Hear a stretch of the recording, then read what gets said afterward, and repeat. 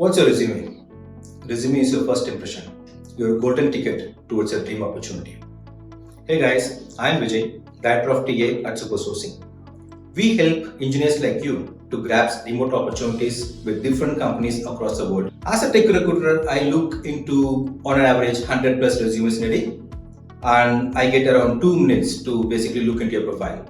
And within these 2 minutes, if your profile doesn't talk about you, then probably you're losing a good opportunity.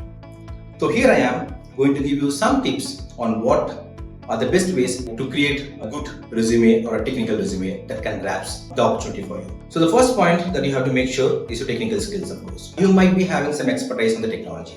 Make sure that technology comes out of the resume so that when the recruiter looks into it, he finds an exact match for the requirement that we have. The second important point is your tenure. Now, every recruiter or any HR would like to have somebody who can have a longer tenure in this company and be a part of the growth story.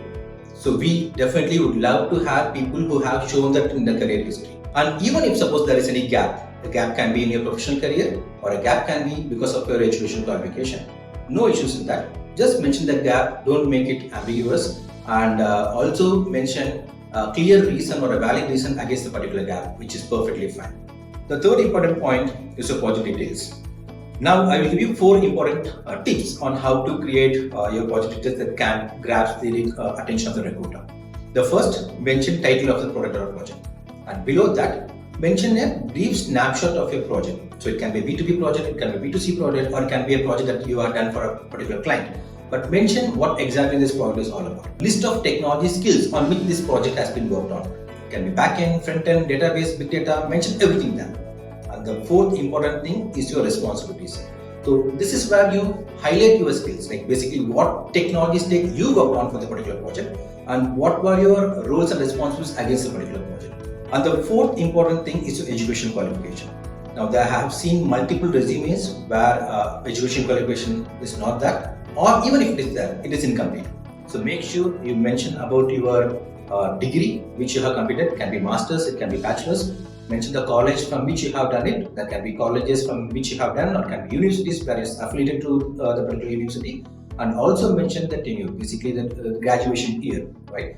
This graduation year will help us out to also figure out if suppose you have any gap post your education, right? And also try to figure out your total experience range. Now, at the last, what we need to make sure is your resume is data oriented. It has data into it. Like for example, if you're a product manager, you're chasing a North Star metric, make sure you mention North Star metric and also mention the milestones by which you attain the North Star metric or by which you chase the particular North Star metric. So if you have reduced, say, a drop-off ratio of a particular product, mention I have reduced 50% of drop-off ratio because of so and so thing. So this data metrics would actually make the recruiter get attention towards the particular product. If you're an engineer and if you have saved cost to the company by bringing out an infra solution, mention that you have saved 20% of the cost via that infra solution. So this data also helps us to understand or gives the impression that you have been involved with the project and you know exactly what you're talking about. Right? So make sure there is a data-oriented resume that is coming out. We also will keep giving you more inputs, more tips, and our next video we'll be talking about the don'ts that you should not be doing in your resume.